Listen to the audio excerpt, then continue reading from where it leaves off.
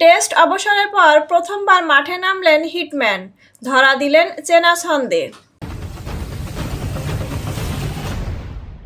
Champions trophy জয়ের পর অনেকেই ভেবেছিলেন রোহিত শর্মা আসন্ন ইংল্যান্ড সফরে ভারতকে নেতৃত্ব দেবেন। যদিও 7 মে টেস্ট ক্রিকেট থেকেই অবসরের ঘোষণা দিয়েছেন হিটম্যান। এই আবহে আইপিএলের দ্বিতীয় পর্বের জন্য অনুশীলনে নেমে পড়েছেন মুম্বাই ইন্ডিয়ান্স। আর অবসরের পর প্রথমবার দলের সঙ্গে অনুশীলনে নামলেন রোহিতও। ওয়াংখেড়ে স্টেডিয়ামে চেনা মেজাজেই পাওয়া গিয়েছে রোহিত শর্মাকে।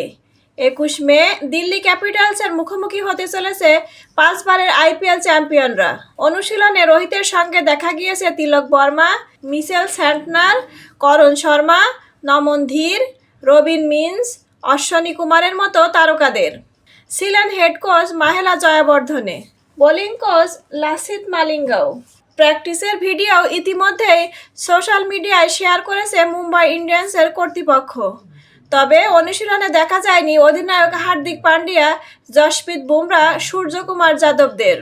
চলতি আইপিএলের শুরুর দিকে হোঁচট খেলেও অনবদ্য প্রত্যাবর্তন করেছে মুম্বাই। পরপর 5 ম্যাচ জিতে শেষ ম্যাচে হার স্বীকার করলেও পয়েন্ট টেবিলে তারা চতুর্থ স্থানে। চোট সারিয়ে বুমরা ফিরে এসেছেন। রোহিত শর্মাও তার দুর্দান্ত ফর্ম ফিরে পেয়েছেন। 4 ম্যাচে 3টি অর্ধশতক হাঁকিয়ে রিকেলটনের সঙ্গে দারুণ শুরু করেছেন তিনি। এতেই ভোল বদলে গিয়েছে গোটা দলটার। রোহিত প্রেমীরা চাইছেন দ্বিতীয় পর্যায়েও তাকে হিটম্যান অবতারে দেখতে। অষ্টাদশ আইপিএলে 11 ম্যাচে আপাতত 300 রান করেছেন তিনি।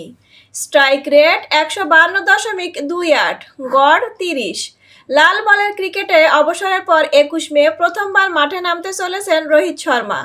তাকে দেখার জন্য মুখিয়ে রয়েছেন ভক্তরা।